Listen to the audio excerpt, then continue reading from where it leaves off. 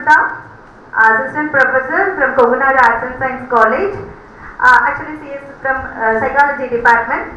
She is going to talk about understanding the Gen Alpha mindset and anticipating the psychological needs of future leaders. Good afternoon to everybody present here. First of all, I would like to express my extreme gratitude to the principal who gave me this opportunity to discuss about the topic of Gen Alpha and the psychological needs today. I would like to start by saying that by 2030, India will be home to the largest population of Gen Alpha learners. Now the question is, are we ready and are we prepared to teach minds that are shaped by screens more than by the textbooks? As ma'am rightly said, more by algorithms than by alphabets. Now, when we talk about Gen Alpha, they are the people who are born after 2010 to late millennials and Gen Z parents. When we talk about the characteristics, they are very globally minded.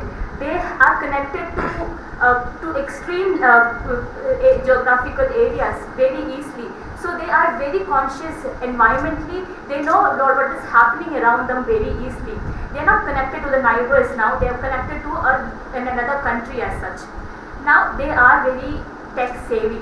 To talk about different psychological aspects, I would like to talk first about their adaptability. They are easily adaptable to the AI and they speak the language of emoji.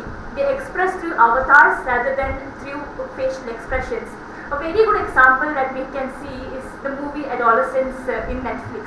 So the online content is makes them so vulnerable that they are exposed to toxic content as well as extremist idea. So that is where they get into a large extent of they even start doing crime at a very young age of life. Next, what I want to talk about is their intelligence. Very interesting. Their fluid intelligence, which means their abstract intelligence, is very high. They can solve a problem from nothing. And they can do a lot of tasks simultaneously at a lightning speed, taskers they are. But the sad point is their attention span is very less. Which means it's much lower than the goldfish. Again, the reference that I would like to take is that of the very famous YouTube channel, which is the Cocomelon. Cocomelon channel is very overstimulating, colorful, and even if you take the screen timing, each scene just spans for 1 to 2 seconds. So when a 2 to 3 year old sits in front of the Cocomelon, the videos published by Cocomelon, they sit there for hours like zombies, and they get overstimulated a lot. It is very difficult for them to do a very basic task like dressing up, standing in a queue and doing their homeworks. So that is a very negative side of what we see in Gen Alpha. Next, what I would like to say is about the memory. We have something called as working memory model. Very interesting fact is that working memory has 2 arms. The central executive is the main role played, and it has a visual-spatial sketchpad, and then it has a phonological loop arm. Now, to focus, the central executive component should be very strong. Unfortunately for students, this central executive component is very weak, but their visual-spatial sketchpad is very strong, which means their visual aspects are very strong. When they are very small, they play a lot of video games. So their visual component is very well developed, and therefore they can learn a lot through visualized content. That's what I was talking about memory. When you talk the central executive component, which plays a very important role for focusing, is weak, rather than the visual part is very strong. Next, another component that I would like to discuss is the mentoring. We all have mentors. We have our mentors. We learn from our parents, from our teachers.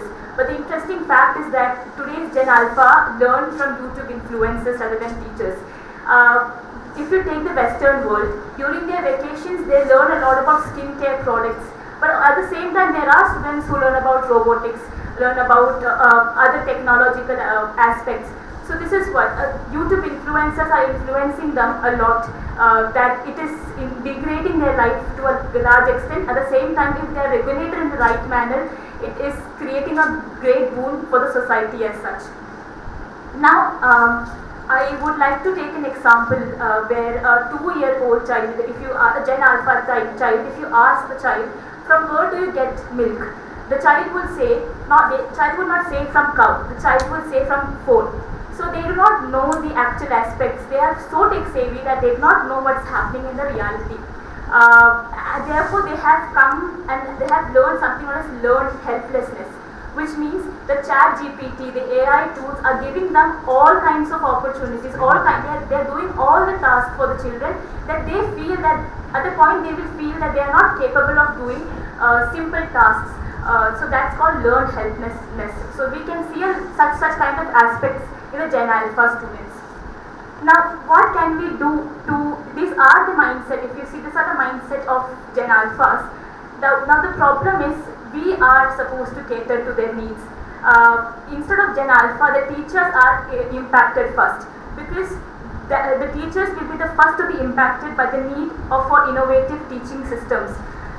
So what can be introduced into the curriculum from my side, from my perspective? The first one is the reconstructive approach. Reconstructive approach focuses on emotional intelligence development, as rightfully said by panel members, esteemed panel members, and guiding them through dialogue. Rather than strict rules and rather than top-down approach, they should be given projects. They should be brought into a collaborative, settings, and discuss about the problems to know more about what's happening in the current scenario. They interact with knowledge. They don't consume knowledge. They interact with knowledge. They want to know why something is happening. Then only they will do a particular task. So that is very interesting. So we should cater to the needs by bringing up a reconstructive approach to the whole academic system. Now, more than cognitive, we have non-cognitive growth, which means soft skills should be developed. When we see that when these children are completely detached from the society and they are isolating themselves and they are too much into their phone, they are completely disconnected from the world. So it's important to develop and nurture their soft skills. So non-cognitive approach should be applied here to bring out that empathy, that emotion that is required to develop the society as a whole. Now, for teachers, if I say again, there are different techniques and strategies that can be brought into. So today, as per research, the paper-based learning still leads the better retention capability. But gone are those days.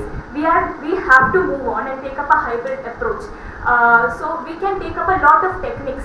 There are a lot of techniques like gamification, learning from games. That is a very that can retain their attention in a rightful way. So we should focus on channelizing their attention in the right target by going through their manner of learning. That is gamification. And then we have motion comics. Then we have gesture recognition apps and digital storyboard. These are all AI tools that allows the student to learn through AI and the way they would like to learn. And again, one more thing that I would like to talk about is the flipped classrooms. Again, research are saying flipped classroom may not be that much helpful, as many students find it boring to engage themselves in the content that is very much educational. So we have to move, again the time has come that we will have to move from flipped classroom and then endeavor to other areas that we have not still found out. Then at last, anyway, teachers' roles are very vital. Whatever happens, we are the emotional architects for the children. However the AI comes in, whatever it ways, the role of the teacher and the parent will never end. So it is Generation Alpha. They are not a challenge to overcome, but a personality to be cultivated. they are growing upon a very difficult tasks. For example, like other generations, like the generation Z, they were growing up in an age where they saw liberalization. Today the children are seeing a global uncertainty like climate change, AI revolution, COVID pandemic and geopolitical instability. So we should take up this opportunity to cultivate them into a better being, and make most useful of them, because they will have a lot to give to us if we cultivate them or nurture them the right manner. Thank you. About from the psychological point of view, are they really prepared the students for the real world? Linda. So any comments? Ma'am, it was really good. We have a lot of insight about it only now. So you said like we can take up gamification and rest of the things, or 4-5 things you've told. Ma'am, how to get teachers aware of those things, or aware of the advantages and disadvantages of those things, and having a crash course on that, so that we can we can be aware that what the child is going through. Because if we simply expose them to that and we are unaware of it, how will we know that what he is going through, or where to stop, or how to give him an education through it? We have to give our lesson plan through that. Like we have to give our lesson plan through that. So first we must learn all that thing. So how can we schedule that in our life schedule or busy schedule, and then go about it? So what is there for the teachers like? There are many faculty development programs, so we can inculcate a lot of such courses into the development programs, where teachers can give their a great amount of time to such courses, and then we can ourselves learn from our children what they are doing, what they are into. So parental control plus learning how to, we have to engage ourselves into such courses. There are in fact many available development programs that, and there are Coursera kind of platforms provide. We must ourselves get into it first, learn it then. Teacher can meet a challenge, face many challenges in that. So when we are teaching the research process and how to compile the data and how to use the data to infer, so that will help them, because after B.Ed, if the student completing BSc and MSc, after that they have completed B.Ed, we are allowing them to handle the class from class 1 to class 12. Actually, class 1 to class 12, it is a very big and large number of people they have, and different age group of people they are handling. So it is very important we are including the research process and research methodology in B.Ed curriculum itself, because they must going to do some researches. Of course, we are restricting the actual research only. Okay. The third thing I want to mention, that teaching with the technology.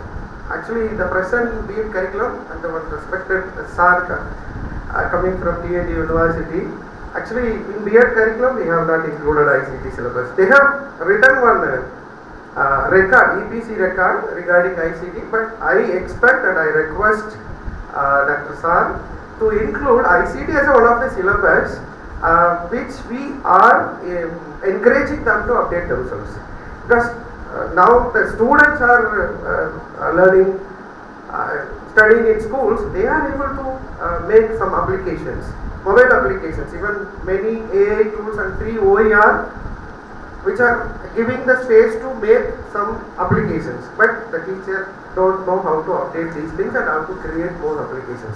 So I request Sir from the university, please include the ICT syllabus for next B.Ed curriculum. Then assessment. Now the B.Ed curriculum concentrating the cognitive assessment. Of course, the moderator mentioned the Bloom's taxonomy. When we are teaching, we are based on the Bloom's taxonomy, and also we are assessing the children based on the Bloom's taxonomy.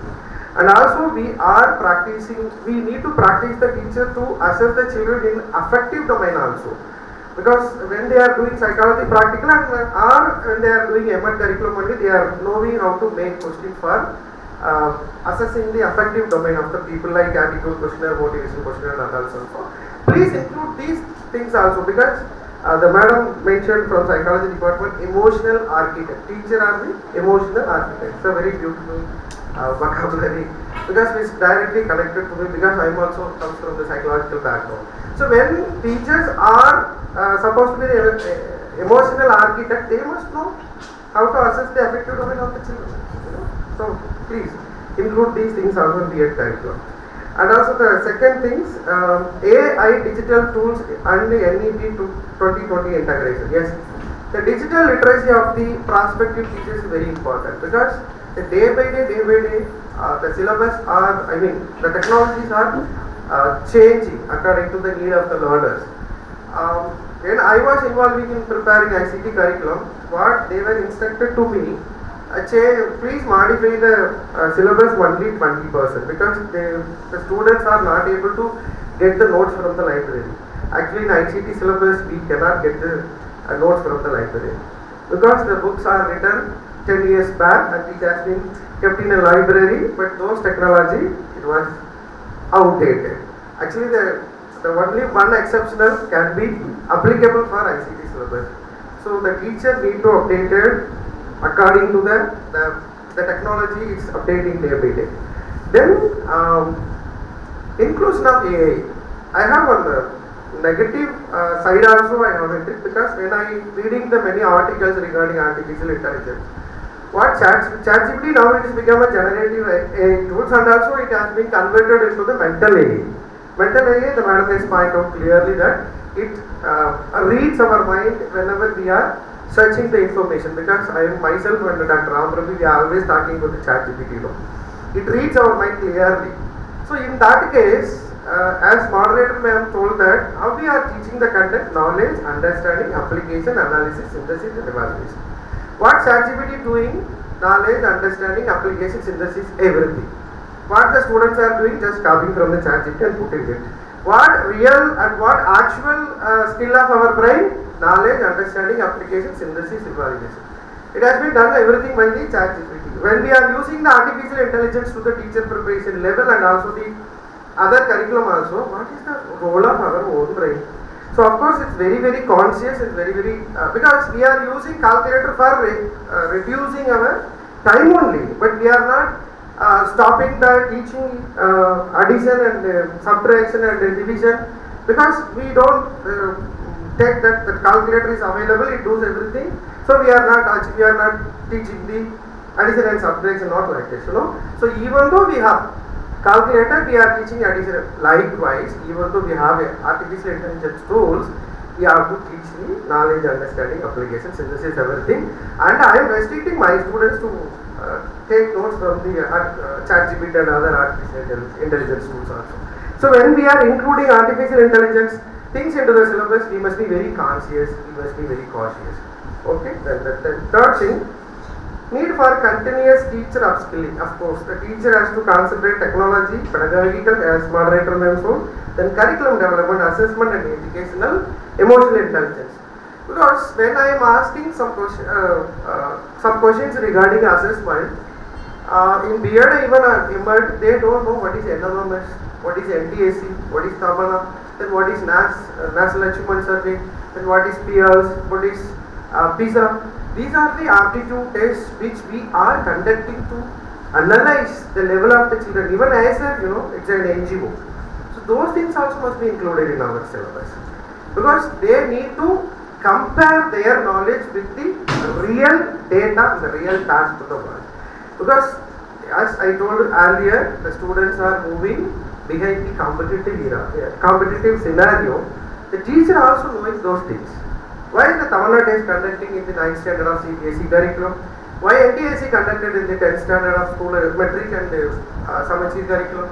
Why NMS is conducted? Because these are all the aptitude tests.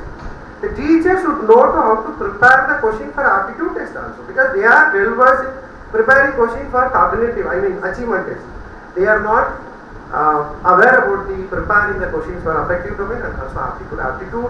Aptitude test is ruling the India, NEET is aptitude test, IIT JEE aptitude test, all the matriculation school and other private institutions, they are encouraging the children to appear these kind of questions. So our syllabus would also include these things and also real life and the real life data also. So with that, I conclude. These are the reforms which I want to suggest in this forum. Thanks for this opportunity to Dr. Ram Professor and also moderator madam and correspondent madam regarding B.Ed and M.Ed curriculum reforms. Thank you so much.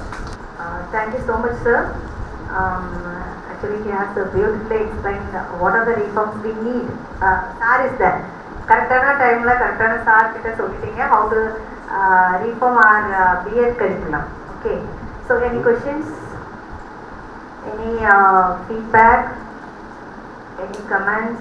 Thank you, sir. So basically my research also focuses a lot on teacher education curriculum and everything.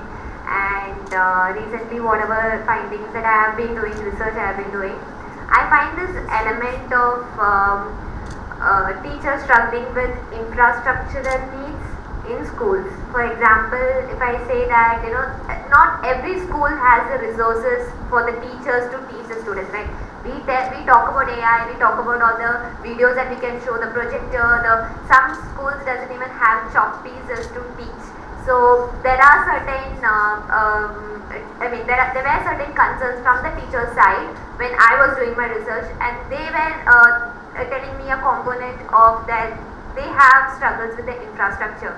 So how, I just want to know your opinion on how about adding a component of at least an awareness of these things in the curriculum so that teachers can get prepared for that also. Available, definitely teacher will utilize it. Some of the schools are not aware about these infrastructure. We are advising them to make it happen. Schools. Actually, all boards of schools actually, CBSE, ICSE, IB included, and state boards, government school, government aided schools. So I've been doing that for a while. But then the saturation reached at a certain point that the component was on infrastructure. Okay, system-wise also you did analysis. Yeah. Which board they have less infrastructure facilities?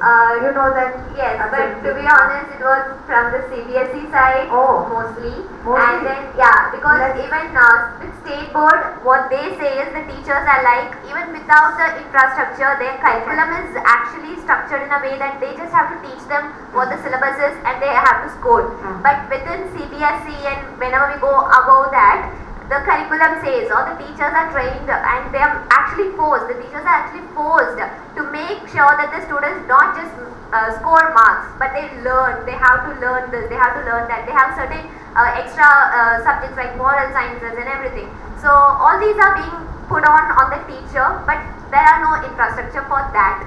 So there are no resources for that. So even from state board teachers, they are like, no, it's fine, we can manage. But from the CBSE side, the teachers are a little bit concerned on that. So it's time for conclusion, I think.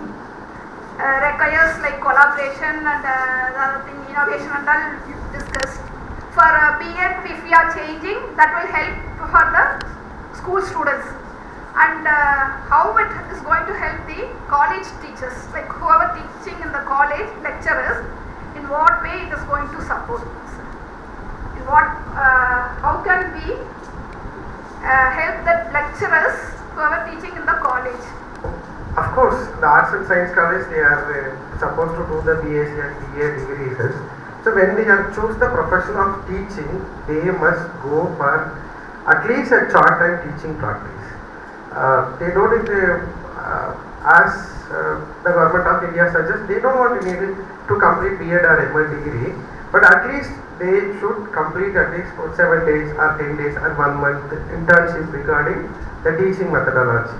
So if these type of renovations and reforms may be implemented, those who are selecting the teaching professions, so we can meet these kind of issues by involving them into the teaching practice. அதாவது government காலேஜஸை பொறுத்த வரைக்கும் government ஃபேக்கல்ட்டிக்கு orientation program is must for getting promotion.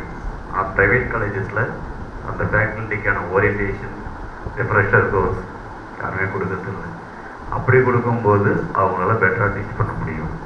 இந்த global சேலஞ்சஸை அவங்களால rectify பண்ண முடியும். ஒன்று அதுக்கடுத்தது ஐசிடி பற்றி பேசியிருந்தீங்க. ஐசிடி வந்து ஆல்ரெடி எம்எட் சிலபஸில் இன்க்ளூட் ஆகிருக்கு. பட் பிஎட்டில் வந்து இல்லை. தமிழ்நாடு யூனிவர்சிட்டி சிலபஸில் ஆல்ரெடி எம்எட்டில் வந்து ஒரு சப்ஜெக்டாக கொடுத்துருக்காங்க. பிஎட்டில் வந்து ஓவர் சப்ஜெக்ட் நிறைய. இப்போ இந்த சைல்டை பற்றி ஒரு subject include last year include பண்ணாங்க. அதனால் ஐசிடியை கொஞ்சம் ஓரமாக வச்சுருக்காங்க. இப்போ நம்ம என்ன ரெக்கமெண்ட் பண்ணலான்னா ஒரு யூனிட் ஆட் பண்ண சொல்லலாம். மெத்தடாலஜியில் ஒரு யூனிட் வந்து ஐசிடி ஆட் பண்ணி கொடுங்க. ஆட் பண்ணியிருக்காங்க சார். பட் ஒன்று யூனிட் பார்த்தேன். ஏன்னா பிஎட்லேயே நிறையா பிஎட் படிக்கிறவங்களுடைய பாப்புலேஷனும் எம்எட் படிக்கிறவங்களுடைய பாப்புலேஷனும் ரொம்ப டிஃப்ரென்ஸ் இருக்குது. அப்போ பிஎட்ல இன்க்ளூட் பண்ணால் தான் நிறைய பேருக்கு போய் சேரும். Correct sir. ஆனால் அவங்க என்ன ஃபீல் பண்ணுறாங்கன்னா நிறைய சிலபஸ் ஓவர்லோட் கொடுக்கக்கூடாது அப்படின்றதால இப்போ ஐசிடி ஒரு சப்ஜெக்ட் வச்சிங்கன்னா இப்போ 6 சப்ஜெக்ட் ஆகிடும் first semester.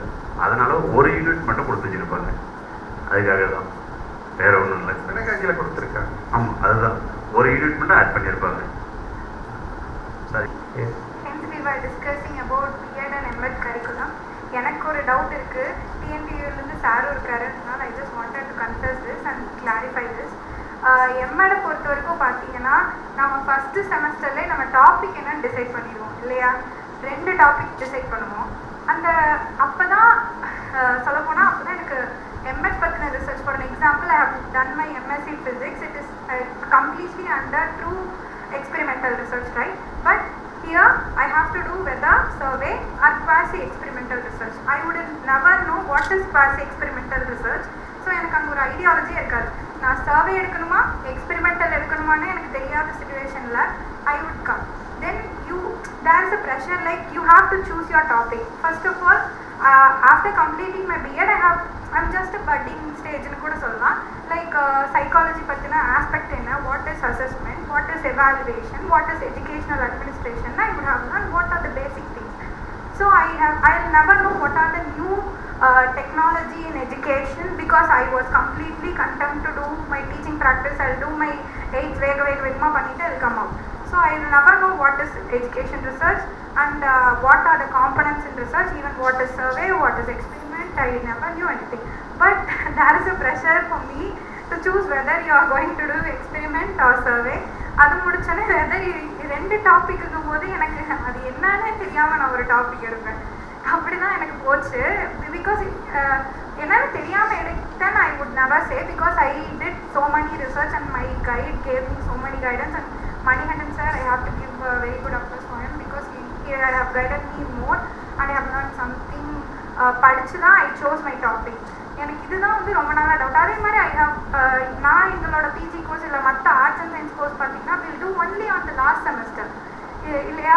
we will do mini project on the 3rd semester and 4th semester we will be doing our research. So எதனால நீங்கள் வந்து நான் ஒரு 2 years கண்டினியூஸாக வந்து ரிசர்ச் பண்ணுறோம் அப்படின்ற டவுட் வந்து பிகாஸ் ரிசர்ச்னால் என்னென்னு கற்றுக்கிட்டதுக்கப்புறம் அதை நான் எக்ஸ்பெரிமெண்ட் பண்ணி பார்த்துடலாம் அப்படின்னு இருக்கும்ல. Because I never new what is it. That is my doubt. Very good question. நான் இல்லைன்னு சொல்லலை. நாம் எம்எடை பொறுத்த வரைக்கும் we are a budding scholar. நீங்கள் சொன்னது தான் கரெக்ட் சரிங்களா? அந்த ஸ்டேஜில் நாம் ரிசர்ச்னா மாஸ்டர் டிகிரி, எல்லா மாஸ்டர் டிகிரி, அது எம்எஸ்சி எம்எட் எல்லா மாஸ்டர் டிகிரிலுமே அதுதான் நம்மளுடைய தொடக்கம். இப்போது எல்கேஜி போகும்போது அங்கே என்ன நடக்குது ஏது நடக்குது நமக்கு எதுவும் தெரியாது. மிஸ் என்ன சொல்லி கொடுக்குறாங்களோ அதுதான். அதை பேஸ் பண்ணி அடுத்த ஸ்டெப் போகும். அதே ப்ராசஸ் தான் இப்படியும் நடக்குது. நம்ம உள்ள என்ட்ரு ஆகிறோம். அதாவது அந்த டூரேஷன் அந்த 2 இயர்ஸ்க்குள்ளே நம்ம கோர்ஸை கம்ப்ளீட் பண்ணணும். அந்த கோர்ஸை கம்ப்ளீட் பண்ணால் அடுத்தடுத்த ஒர்க்கு நமக்கு வந்து அகாடமிக் கேலண்டரில் கொடுத்துட்ருப்பாரு. அதனால தான் சரி ஃபஸ்ட்டு எடுத்தோடனே நம்ம வந்து டைட்டில் வாங்கிடுவோம் அப்படின்னு ஆல் ஓவர் தமிழ்நாட்டில் எல்லா காலேஜஸ்லேயும் அந்த ஒர்க் போயிட்டுருக்கும். நம்ம ஒரு காலேஜ்னா சரி கொஞ்சம் ப்ராசஸை லேட்டாக ஸ்டார்ட் பண்ணலாம் அப்படின்னு பார்ப்பாங்க. அங்கே இருக்கிற ஃபேக்கல்ட்டி மெம்பர்ஸும் ரொம்ப கம்மி, இருக்கிற ஆஃபீஸ் ஸ்டாஃபும் ரொம்ப கம்மி டிஎன்டியை பொறுத்த வரைக்கும். அதனால் ஒரு ப்ராசஸ் ஒரு பக்கம் போயிட்டுருக்கோம். அந்த ப்ராசஸை ஃபாலோ பண்ணுறதுக்கு ஒரு ஆள் தான் இருப்பாங்க. அதனால் இயர்லியராக அதனால தான் வாங்குறது. அதை வாங்கிட்டு அதுக்கடுத்து அதை ஸ்குட்னைஸ் பண்ணி அதுலேருந்து ஒரு டாப்பிக்கை உங்களுக்கு செலக்ட் பண்ணி அனுப்புவாங்க. அப்போது பட்டிங்ஸ்க்காக தான் உங்களுக்கு எது தெரியலனாலும் நீங்கள் பேசிக்காக என்ன பண்ணணும், அந்த நம்ம கைடு செலக்ட் பண்ணாங்களோ அந்த கைடை கொஞ்சம் கேட்டு அப்புறம் ரிசர்ச் மெத்தட் கொஞ்சம் படித்து அதுக்கப்புறம் செலக்ட் பண்ணால் பெட்டராக தான் இருக்கும். இல்லை he has clearly give how to reform our B.Ed curriculum, B.Ed and education curriculum. Madam asked about that it's only for the school teachers. What about the higher education? Am I correct, ma'am? Actually, its curriculum means is a total experience, you know. It's for the as Manikandan sir rightly pointed out that so integrating technology in the curriculum. So what are the challenges we are facing? She said. So infrastructure facilities we don't have some of the schools. So previously in 2007 I have conducted one research study about integrating technology in the curriculum among B.Ed teachers. In 2007 for M.Ed project we have conducted. So out of நிறைய அப்போ வந்து என்னன்னா ஃபுல்லாக கோயம்புத்தூர் டிஸ்ட்ரிக்டில் உள்ள இதில் so 90% of the teacher educators and student teachers they showed their negative attitude. இது எப்போ சொல்றேன்னா in 2007 and 8. But after that, after 10 years, we have conducted the same study to the teachers and the same result. 90 இருந்தது எவ்வளோ ஆச்சுன்னா 75% of the teachers they showed their negative attitude to integrate technology in the B.Ed curriculum. So இப்போ ஏன் ICT B.Edல வரலைங்கிறதுக்கு தெரியல, M.Edல இருக்குது. So but after the corona, so after the corona I conducted the same study. இது teacher education யூனிவர்சிட்டியில் இந்த research இருக்கான்னு எனக்கு தெரியல, but we conducted the same study after corona, but more than 90% of the teachers they showed their positive attitude towards technology, integrating the technology. Why? So during that corona time technology only helps us to continue our teaching and research இல்லைங்களா. So இப்போ எல்லாரும் we feel that without technology we can't do anything. Without technology எதுவுமே நம்மளால இப்போ பண்ண முடியாது அப்படிங்கிற சூழ்நிலைக்கு இப்போ தள்ளப்பட்டு இருக்கிறோம். So that they showed their positive attitude. As madam said, எல்லாமே நீங்கள் சொல்கிறீங்க but we don't have training. So ஏன் அப்போல்லாம் நெகட்டிவ் attitude காமிச்சாங்க அப்படின்னா it's a lack of training, as she said lack of resources. So நிறைய resources இல்லை, training இல்லை. But now so many, like this conference, many conferences, many trainings. So government of India as well as the government of Tamil Nadu have been taking so many initiatives for improving our higher education as well as teacher education as well as primary and secondary education. You know that so many digital initiatives, higher education Swayam, MOOC, like e-Pathashala, EPG Pathashala, இது எல்லாமே எதுக்காகனா so Swayamல இப்போ teachers also can enroll and get training. So Swayamங்கிறது it's not only for the students, for the teachers also. நாங்கள் போய் FDP அதில் என்னென்ன பண்ணலாம், how to develop video model, அதுக்கு ஒரு பெரிய ஒரு கிளாஸஸே இருக்குது, how to use technology, how to develop e-content. So அது மாதிரி நாங்கள் இப்போ மேடம் கேட்டாங்க for higher education what are the reforms we need. So higher education அப்படின்னு எடுத்துட்டனால main problem is the main question is before us is are we really prepare the students for the real world. That means after completing the graduation the next task is going for a job, getting a job. அதுக்காக நம்ம எவ்வளோ placement இருக்கிற காலேஜஸை பார்த்து தான் போவாங்க. Why? They need job after graduation. Okay, but என்ன அப்படி செய்யறோம்னா எதுக்காக அப்படின்னா that is the higher education side பார்த்தீங்கன்னா that students, so when they enroll themselves in the colleges or the universities they think that the college or the university they will provide all the necessary skills which will require for the future life. Am I correct? Okay, so future life க்கு என்னென்ன வேணுமோ அது எல்லாமே எனக்கு இந்த college கொடுக்கணும், because they have all the rights not only to be educated but for prepare them for the future life. Am I correct? So future life la ஒரு because the life outside the campus is different. So இங்கே BE முடிச்சிட்டோ இல்லை BSc முடிச்சிட்டோ ஒரு college ஒரு யூனிவர்சிட்டியில் முடிச்சுட்டு வெளியில் போய் அவனால் ஒரு சொசைட்டியில் மிங்கிள் பண்ண முடியல or otherwise so what the ஒரு எம்ப்ளாயீஸ் தேவைப்படுற ஸ்கில் இல்லை அப்படின்னா அந்த degree waste. So that the government of Tamil Nadu that recently we implemented that outcome based education. Madam தெரியும் நினைக்கிறேன் OBE. So இதுதான் reform. So many steps government of India is taking. So one of the thing is curricular reform through outcome based education, not technology. Integrating technology is also one step. At the same time curriculum reform it based on that OBE. OBE means focus on the outcome. outcome means நம்ம objectives சொல்லிரோம் இல்லீங்களா என்ன expect பண்றோம். So after completing the B.Ed, what is the next task? So நம்ம B.Ed முடிச்ச உடனே நம்ம என்ன மாதிரி நம்ம எதிர்பார்க்கிறோம்? Is a good teacher. அதானே? So அதே மாதிரி after completing the engineering course ஒரு நல்ல engineering student எதிர்பார்க்கிறோம். So that what the employer need required skill. அதெல்லாமே முடிச்சு போறேன்னா அப்படிங்கிறதுக்காக தான் நம்ம இப்போ we are focusing on the outcome. So placement. So curricular reform அப்படின்ற in the form of OBE. இப்போ நம்ம காலேஜ்லயுமே நீங்க பாத்தீங்கன்னா எல்லாமே OBE pattern. அதுக்காக தான் இப்போ Bloom's taxonomyங்கிறது is a famous. முதல்ல எல்லாம் எஜுகேஷனுக்கு மட்டும்தான் தெரியும் Bloom's taxonomy. இப்போ so all the subject teachers they know what is Bloom's taxonomy. So cognitive என்ன? So all round development as sir and madam said. So we should give that importance not only for the cognitive level and also for the affective domain and also for the psychomotor domain.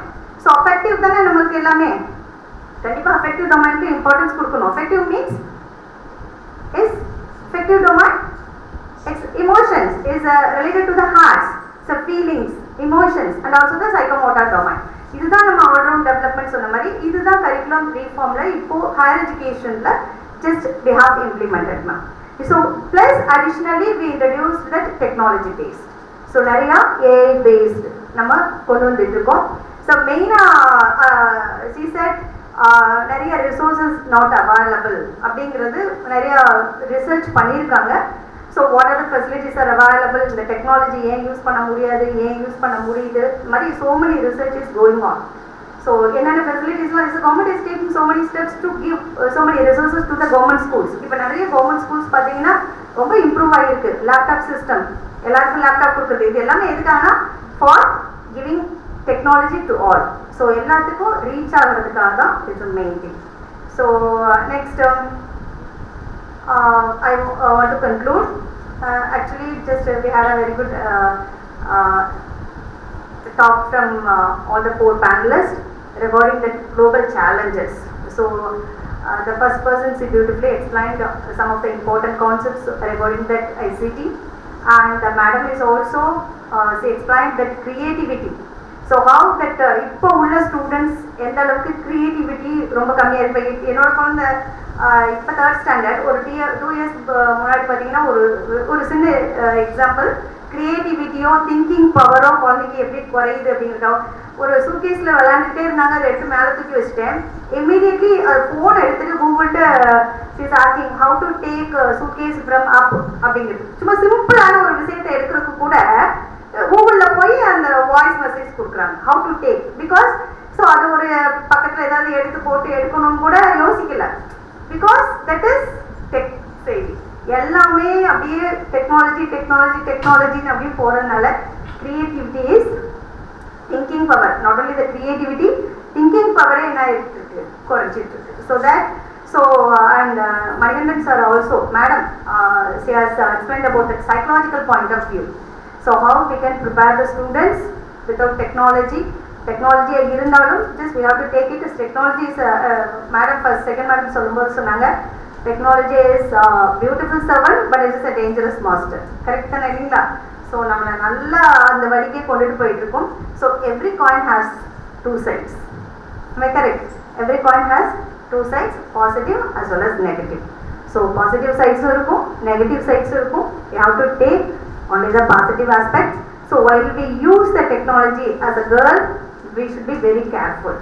So when we are using so many apps, இப்போ நம்ம use பண்ணிட்டு இருக்கோம். So camera on பண்றோம்னாலே we have to be very careful. So negative sides are more. நிறைய positive விட negative sides are more.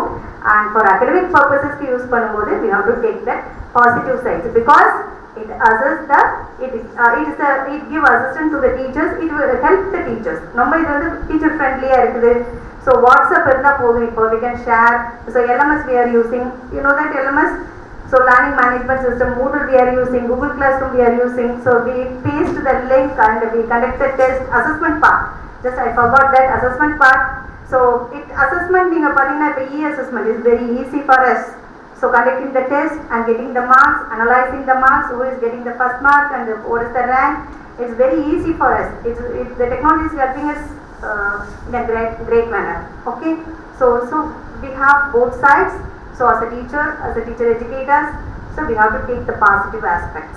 Okay, so global challenges க்கு நம்ம கண்டிப்பா prepare பண்ணணும் அப்படின்னா, because you know that as madam said, the 4C, the so called 4C skills. What are the 4C skills? Creativity, communication, collaborations, and creativity, critical thinking, communication, collaborations, and we have added one more thing, character. So very, because the value education, madam சொன்ன மாதிரி values இது பண்ணாம, so என்னதான் நிறைய technology use பண்ணாலும் we should be very careful in using the technology. So thank you once again. I thank Secretary Madam and the Principal Sir and organizing team for having given me this opportunity, and I have to thank all the panelists because they have beautifully done their job.